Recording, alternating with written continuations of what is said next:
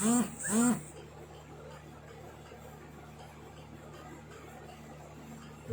صل على سيدنا محمد وعلى آل سيدنا محمد. اللهم صل على سيدنا محمد وعلى آل سيدنا محمد. اللهم صل على سيدنا محمد وعلى آل سيدنا محمد.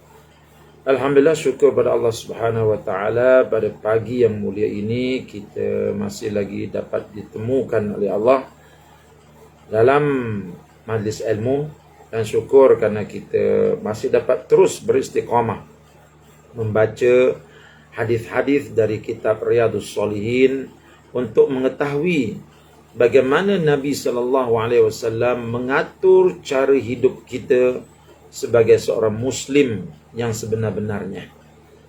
Tidak ada cara yang terbaik melainkan cara yang telah ditunjukkan oleh Nabi kita Muhammad sallallahu alaihi wasallam.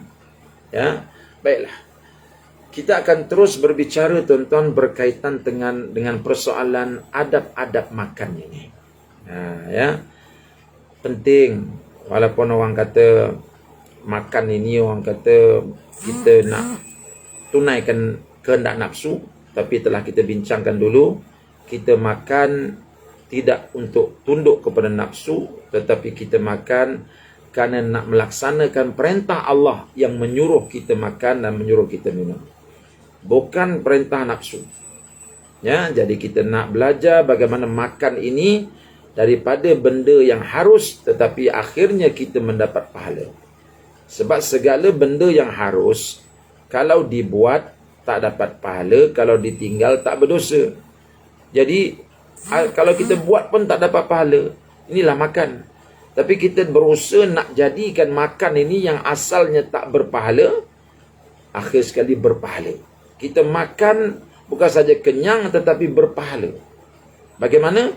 Apabila makan kita tadi mengikut cara yang ditunjukkan oleh Nabi Muhammad sallallahu alaihi wasallam, makan ikut sunnah.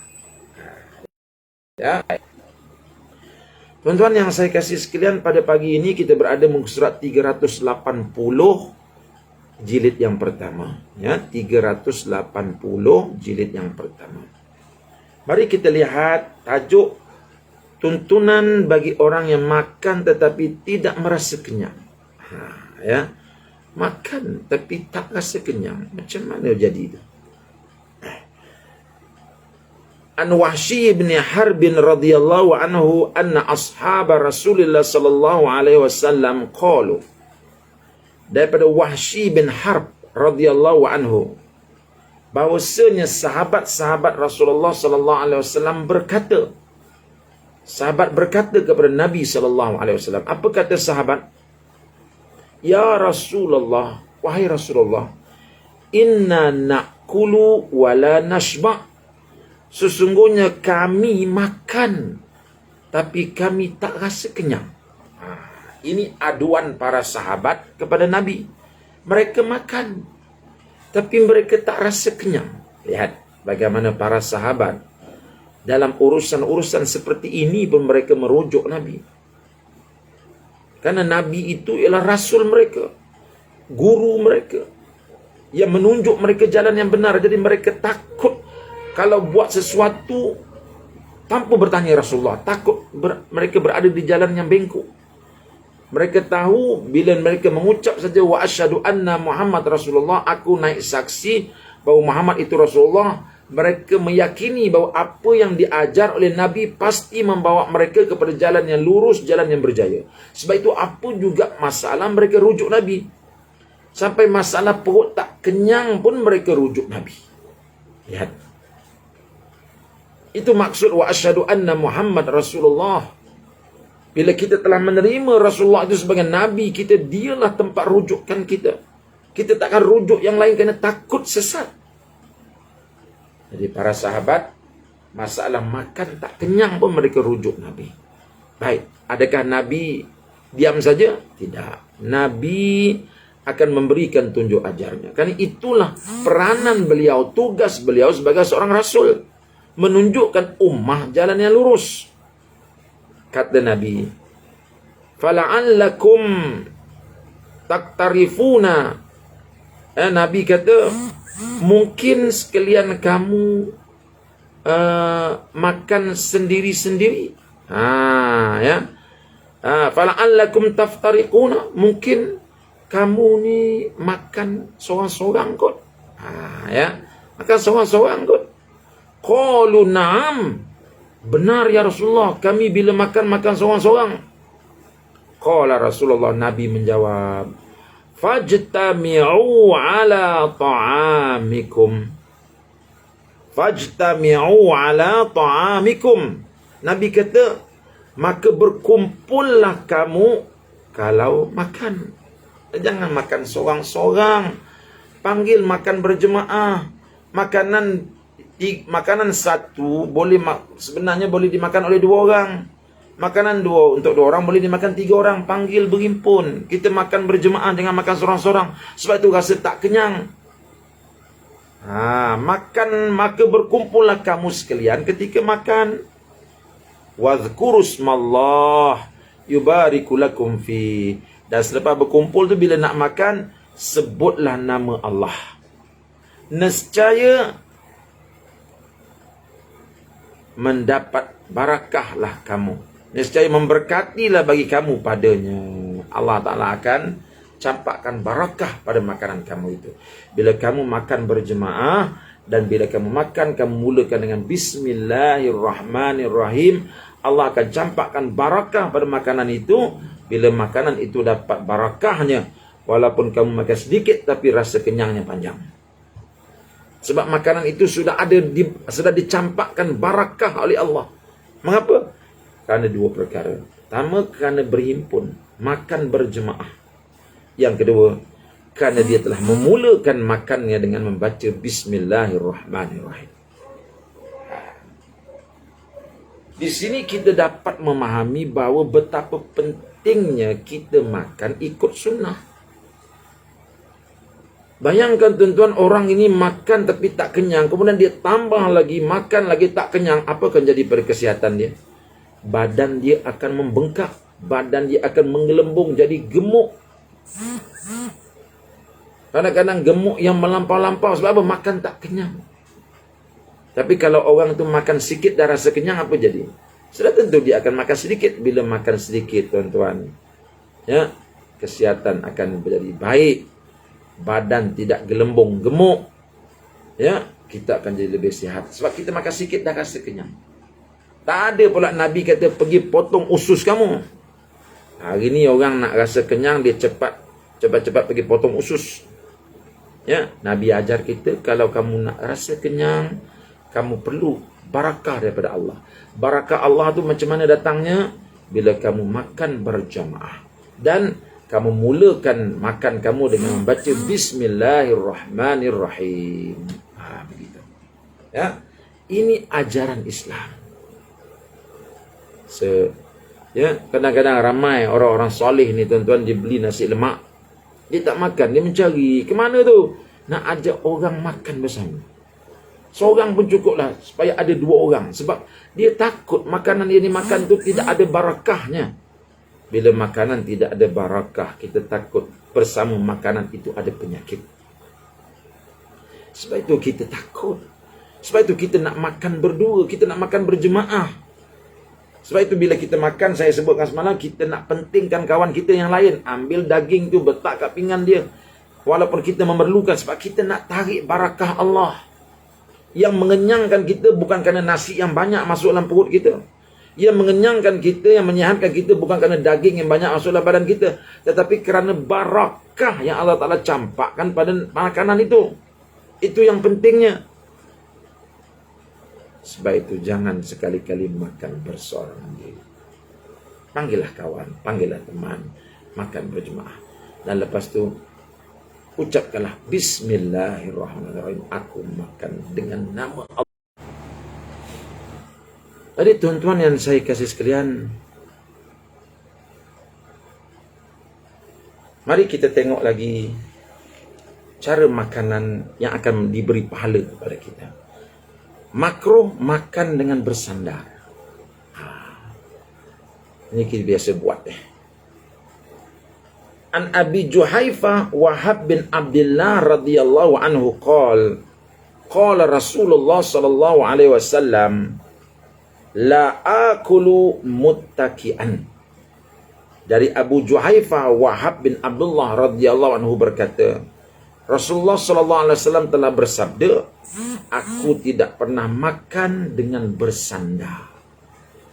Nabi tak makan sambil-sambil tulang belakang dia bersandar.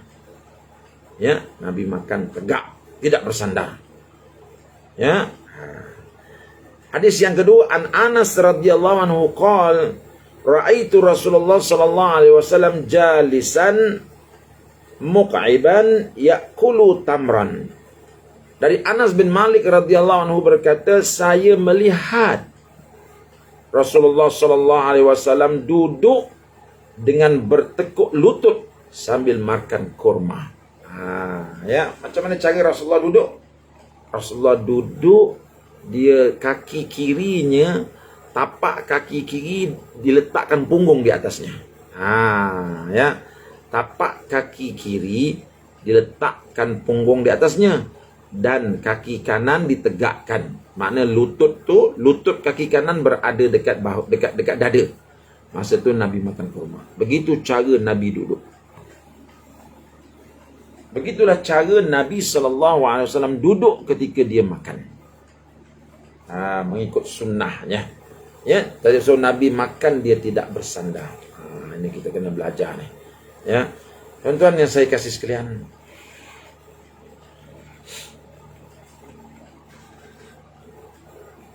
Nabi juga mengajar kita satu etika yang perlu sama-sama kita jaga. Apa dia? An Jabir radhiyallahu anhu anna Rasulullah sallallahu alaihi wasallam amara bil'aqil asabi' was-sahfah wa qala innakum la tadruna fi ayyi ta'amikum al-barakah. Dari Jabir radhiyallahu anhu bahwasanya Rasulullah sallallahu alaihi wasallam menyuruh untuk membersihkan sisa-sisa makanan yang menempel pada jari-jari dan piring.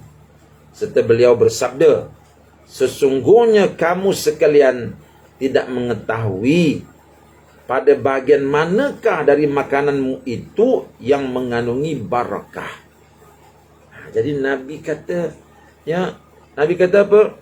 Hendaklah kamu bersihkan sisa-sisa makanan yang ada di mana? Yang ada di jari-jari kamu dan juga yang ada pada piring itu. Maknanya bila dah suruh bersih tu, maknanya tidak ada tinggal walaupun sebutir nasi. Maksud dia, makan sampai licin. Bersihkan. Ya, bersihkan. Karena kita tak tahu. Nabi kata kita tidak tahu di kalangan makanan kita tu di mana ada barakahnya. Kita dah ikut sunnah dah makan dan Allah Ta'ala dah campakkan barakah pada makanan itu. Tapi daripada banyak-banyak makanan yang kita makan dalam piring itu, kita tak tahu adakah suapan yang pertama barakah, adakah suapan yang terakhir barakah. Jadi untuk senang cerita, bagi mendapatkan barakah Allah, jangan ia jatuh ke mana-mana. Kita makan mengikut sunnah satu persatu, baca bismillah. Kemudian di ujung sekali kita bersihkan sisa-sisa makanan itu. Bersihkan tu mungkin kita boleh ambil baki-baki nasi tu, tarik makan. Tulang-tulang tersebut, daging-daging yang ada dekat tulang tu dikeluarkan, kita makan. Begitu. Bersihkan talam tersebut. Jangan dibiarkan ada nasi, ada sisa makanan dia ada situ. Bersihkan semua. Itu yang diajar oleh Nabi SAW. Jadi kalau kita bersihkan dengan kita jilat. Jilat itu caranya. Jilat itu menjilat jari ialah cara untuk membersihkan. Nabi suruh kita bersihkan. Menjilat jari itu sebagian daripada cara untuk kita membersihkan jari jemari kita. Dan bila kita jilat jari ini, ikut kajian saintifiknya sangat baik. Karena pada jari yang kita jilat itu, dia mengeluarkan enzim-enzim yang akan tolong menghadamkan pemakanan dalam perut kita. Gitu. Begitu kata pakar pemakanan sebagaimana yang saya baca. Jadi Nabi kata jangan dibiarkan. Ni kadang-kadang kita ni ambil banyak makanan, ambil sana, ambil sini, lepas tu makan tak habis. Ini kerja syaitan. Daripada makan nak dapat pahala, akhir sekali dapat dosa. Ini kita cuba elakkan. Ya. Baik. Wa an Jabir aidan anna Rasulullah sallallahu alaihi wasallam, hadis daripada Sayyidina Jabir juga. Qala Nabi sallallahu alaihi wasallam, "Idza waqa'at luqmatu ahadikum falyakhudha falyumit ma kana biha minal adza wal yakulha wala yad'ha lisyaitan wala yamsah yadahu bil mindil hatta yal'aqu asabi'ahu fa innahu la yadri fi ayyi ta'amihi al barakah." Rawahul Muslim. Hadis ini daripada Sayyidina Jabir radhiyallahu anhu bahwasanya Rasulullah telah bersabda. Apa kata Rasulullah? Apabila suapan salah seorang di antara kamu sekalian itu terjatuh, maka ambillah. Dia nak suap, jatuh ke bawah, ambil balik. Jangan kita tolak gitu aja. Ambil balik, kata Nabi. Dan bersihlah kotoran yang melekat padanya. Ambil balik, bersih. Kalau ada abuk, bersihkan. Kemudian Nabi kata, makanlah. Makan semula. Ya, kalau kamu nak suap, tu tiba-tiba jatuh, ambil balik, kalau ada kotoran, bersihkan. Kemudian Nabi kata, makanlah. Gitu. Ya. Dan jangan dibiarkan ia dimakan oleh syaitan. Lebihan-lebihan makanan tu nanti akan dimakan oleh syaitan. Syaitan dapat kekuatan hasil daripada makanan yang kita bagi pada dia. Jangan licinkan habis. Jangan diberi pada syaitan makanan itu. Serta jangan ia mengusap tangannya dengan sapu tangan sebelum ia membersihkan sisa-sisa makanan yang menempel pada jari-jarinya. Jangan. Makanan yang ada kat tangan kita, kita makan. Jangan kita pergi basuh dengan air. Jangan kita ambil tuala, kita bersihkan gitu. Jangan. Kita jilat. Bersihkan yang ada kat jari. Jilat, basuh, lepas tu baru bersapu tangan. Nabi larang tu. Nabi larang lepas makan terus pergi basuh tangan. Lepas makan terus pergi ambil tuala. Jangan. Jilat, bersihkan dulu. Bersihkan dulu jari jemari kita yang melekat makanan padanya. Kemudian baru kita basuh, kemudian baru kita lap dengan tuala. Jangan sekali-kali ia mengelap tangannya dengan sapu tangan sebelum ia membersihkan sisa-sisa makanan yang menempel pada jari-jarinya. Kerana sesungguhnya ia tidak mengetahui pada bahagian manakah dari makanan itu yang mengandungi barakah. Sebab apa Nabi suruh jilat dulu? Sebab kita tak tahu daripada kita makan daripada mula sampai akhir tadi yang mana yang bawa barakah. Kita nak cari barakah sebab kita tahu makanan yang barakah itu, makanan itulah nanti kita makan sikit rasa kenyangnya lama. Makanan yang barakah itulah kita makan dia jadi penawar. Tapi yang mana satu? Supaya kita tak terlepas barakah daripada Allah. Nabi ajar kita. Daripada suapan pertama sampai suapan yang terakhir. Jaga akhlak, jaga etika. Itu dia. Ya. Baik, tuan-tuan yang saya kasih sekalian. Hadis yang ke-6 kita lihat dekat sini. An Anas radhiyallahu anhu qala kana Rasulullah sallallahu alaihi wasallam idza akala ta'aman la'iqa asabi'ahu thalath wa qala idza saqatat luqmatu ahadikum falyumti anha al-adha wal ya'kulha wa la yad'ha lisyaitan wa amarna an nasluta qas'ah wa qala innakum la tadruna fi ayyi ta'amikum barakah. Rawahu Muslim. Hebat hadis ini. Ya. Dari Anas bin Malik radhiyallahu anhu, Nabi berkata, dia telah berkata, Rasulullah sallallahu alaihi wasallam bila memakan makanan, beliau membersihkan sisa-sisa makanan yang menempel pada ketiga jari-jarinya. Rasulullah makan dengan 3 jari. Ya, macam ni, 3 jari. Itu menandakan kelembutan Rasulullah. Ya, kenapa Rasulullah tak makan 5 gitu? Kalau 5 itu orang tendang lapar, banyak masuknya. Rasulullah nak masuk sikit-sikit. Ya, masuk sikit-sikit, kunyah banyak-banyak. Yang itu jadi penawar. Kalau kita masuk banyak-banyak, payah nak bernapas, payah nak kunyah. Akhir sekali bila makanan masuk dalam mulut banyak-banyak, nak kunyah malas, terus telan. Bila terus telan, kunyah makanan tak hancur, apa jadi pada usus perut kita. Itulah yang menjadikan perut membuncit dan membuncit. Kenapa? Karena makanan yang dimakan tidak dihancurkan dahulu dalam mulut, tetapi terus ditelan. Sebab tu Nabi dia makan dengan 3 jari, supaya makanan yang masuk dalam mulut itu sedikit. Bila sedikit, sempat dia gigit hancur, baru dia telan. Ya, gitu. Sesungguhnya Nabi kata,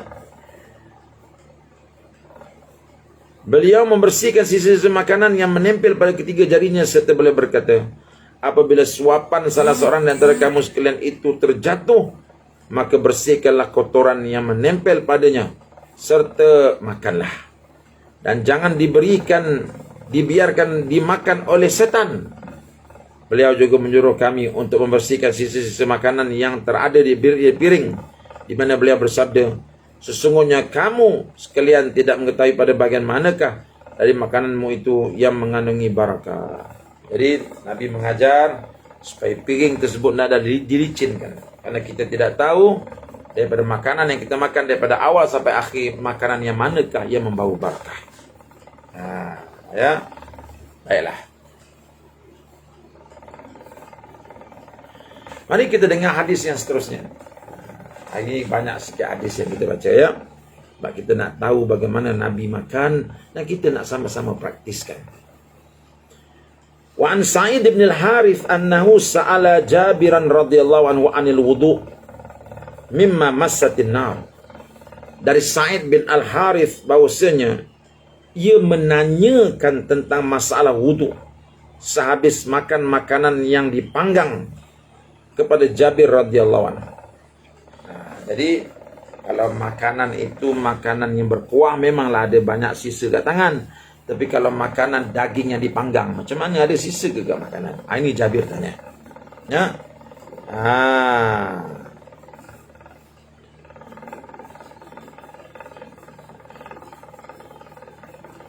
La, qad kunna zamanan Nabi SAW la najidu misla dhalika ta'am illa qalilan. Tidak. Jabir menjawab, tidak wajib wuduk. Kami dulu pada zaman Nabi SAW jarang sekali mendapat makanan semacam itu. Dan bila kami mendapatkannya, maka tidak ada di antara kami yang menyapu tangan untuk membersihkan tangan. Hanya saja kami mengusap-usapnya ke telapak tangan, betis atau telapak kaki. Kemudian kami langsung salat tanpa wuduk lebih dahulu. Jadi bila mereka zaman itu, mereka tak guna langsung sapu tangan. Ya, mereka ambil bersihkan dekat tangan, sapu gitu je lah. Itu zaman mereka, ya. Zaman mereka. Ini perkara-perkara yang harus, ya. Kalau kita tak boleh buat, tak apa, pergi basuh tangan. Ya. Jadi ini pada zaman tersebut, kalau tak ada sapu tangan, mereka akan sapukan dekat mana? Dekat tangan mereka untuk hilangkan sisa-sisa makanan itu. Ya. Jadi gitu dia. Jadi tuan-tuan yang saya kasih sekalian, insya-Allah kita akan sambung lagi berkaitan tentang hadis-hadis makan ini pada siri akan datang, insya-Allah. Ya, banyak lagi hadis-hadis tentang makan kita nak belajar supaya lepas ini makan minum kita memang mengikut sunnah Nabi SAW. Dan ingat, jangan makan seorang-seorang diri. Falyastami, hendaklah engkau berhimpun bila nak makan. Makanan seorang cukup untuk 2 orang. Makanan 3 orang cukup untuk 4 orang. Perbanyakkan teman kita sewaktu kita makan. Makan berjemaah, solat berjemaah, insya-Allah. Itu saja dari saya. Assalamualaikum warahmatullahi wabarakatuh.